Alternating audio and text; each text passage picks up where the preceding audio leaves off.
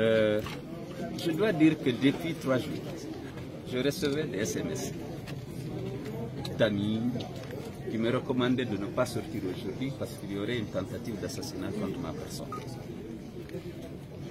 Après le pillage de la maison de ma belle-mère à Kindia, ordonné par Alpha Condé, exécuté par Spire, on m'a dit qu'il y a un plan qui vise à m'éliminer.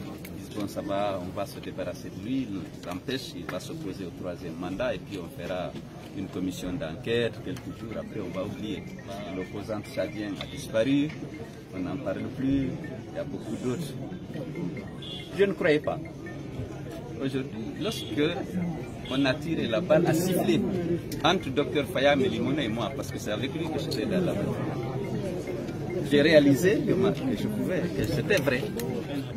Mais je me suis dit, bon, écoutez, ça fait rien, il y a déjà 96 personnes qui ont été tuées lors des manifestations. Ça peut m'arriver. Mais c'est mourir au champ d'honneur pour la démocratie,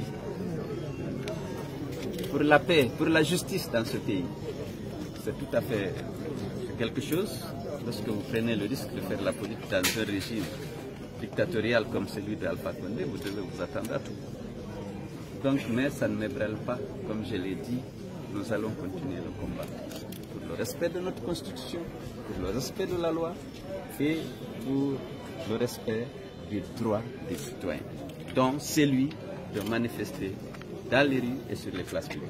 Que le gouvernement a confisqué depuis juillet en interdisant systématiquement toute manifestation pacifique, alors que la Constitution l'a déjà autorisé. Nous n'accepterons pas qu'Alpha Condé confisque nos libertés et empêche les Guinéens d'exercer les droits constitutionnels. Aujourd'hui, vous avez des blessés d'abord? Oui, on a des blessés, on a eu des blessés. Il y a certains de mes gardes qui ont été blessés. Mon chauffeur aussi a été légèrement blessé, mais Dieu nous a sauvé la vie. Bon, on continue le combat. La suite vous sera déclinée. Oui, la suite sera déclinée. Vous saurez, déjà les gens sont... Je considère que la manifestation a réussi face aux forces déployées pour empêcher aux gens de se mouvoir. Les gens sont restés à la maison, la ville n'a pas fonctionné. C'est déjà un succès de la manifestation.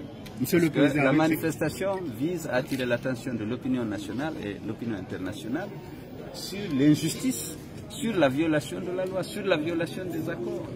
Et c'est déjà réussi, on sait que ça ne va pas en Guinée.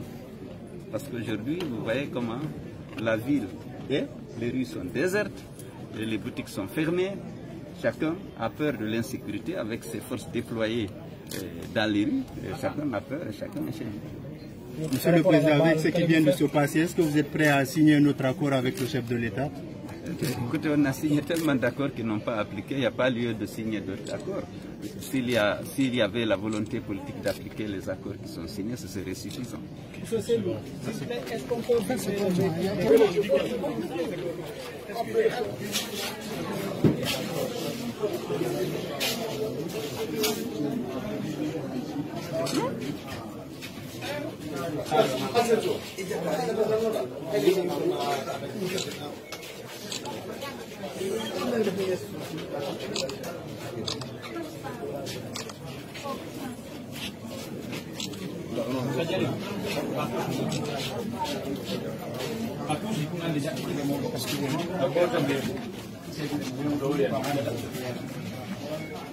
Umar Antigira kita.